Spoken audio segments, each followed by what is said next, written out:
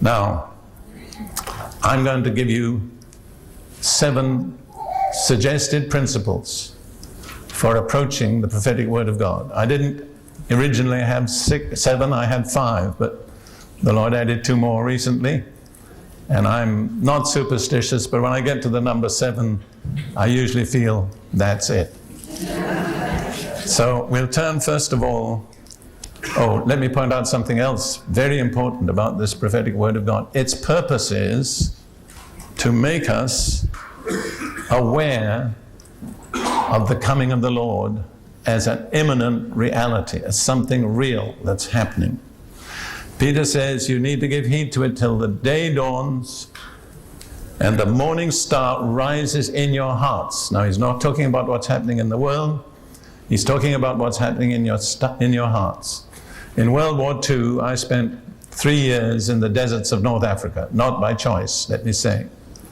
And most of that time, we lived by the sun because we had no artificial light. When it got dark, we went to bed, and when it became light, we got up. And so I observed things that I wouldn't be observing today. And one of the things I saw, that at certain seasons of the year in the east, when the sun is due to rise, the horizon will become luminous. It will get quite light in that part of the heavens, and you will think the sun is rising. But it isn't the sun. It's the morning star, called aurora. And that star at that time is so bright that for a moment you would imagine the sun is going to rise. But it isn't the sun. But one thing is sure. When aurora rises, you know for sure what's going to happen next, which is the sun is going to rise. So Peter says, let this aurora, this morning star, rise in your hearts, because when it arises, you'll know for sure Jesus is coming back.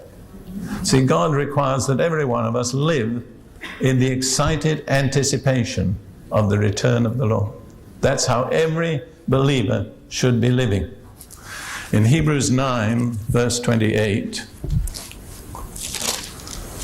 27 and 28, it says, it is appointed for men to die once, but after this, the judgment. Remember, you only die once, and you're not reincarnated. The next thing is judgment. I say this because we've just come through countries where Buddhism has prevailed. And they teach, of course, this endless cycle of reincarnation. It's a lie. It is not true. It is appointed to each of us to die once and not to be reincarnated, but to await the judgment. As it is appointed for men to die once, but after this the judgment. So Christ was offered once to bear the sins of many. To those who eagerly wait for him, he will appear a second time, apart from sin, for salvation.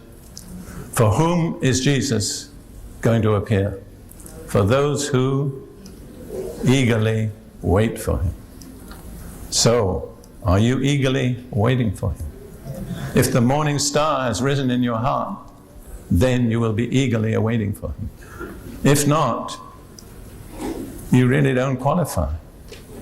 For those are the ones for whom he will appear the second time. For those who eagerly wait for him. Now let me deal with my 7 suggested recommendations for getting the right thing, what you need, out of biblical prophecy. We'll start with the book of Deuteronomy, chapter 29 and verse 29, which contains 2 great basic principles for understanding and applying prophecy. Moses was speaking to the children of Israel, and he said, the secret things belong to the Lord our God, but those things which are revealed belong to us and to our children forever, that we may do all the words of this law.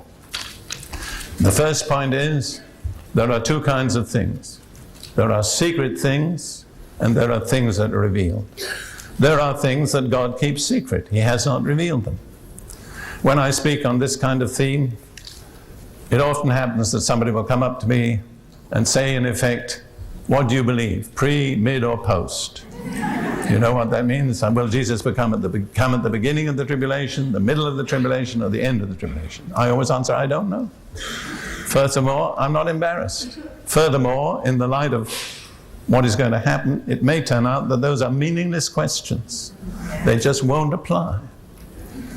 You see, I believe that the day and the time of the coming of the Lord is a secret thing. It's only known to one person in the universe, God the Father. It's not known to the Son. It's not known to the angels. It's a secret thing. Now, anybody who claims to be able to reveal that secret thing is a false prophet. By his own lips, he has identified himself. But you see, if people don't understand biblical prophecy, they'll be taken in. It's been tragic how many charismatics have been fooled by a prediction that Jesus was coming back in, what was it, October 28 or 29. I think it was going to be October 28 the first time, and when it didn't happen, then he said he got his dates wrong, and it was October the 29th. And I was appalled by the number of serious Christians who actually began to believe that. Had they known the prophetic scriptures, they would have known it was a lie. Because it's one of the secret things. And one of the temptations we have to resist in interpreting biblical prophecy is trying to get God to reveal the secret things. Because if God keeps a thing secret, it's a waste of time trying to find it out. And I think much of biblical interpretation, or interpretation of biblical prophecy, has focused on trying to get to know secret things. And the result is frustration, confusion, disappointment. Because when God keeps a secret, believe me, there's no one can find his secret.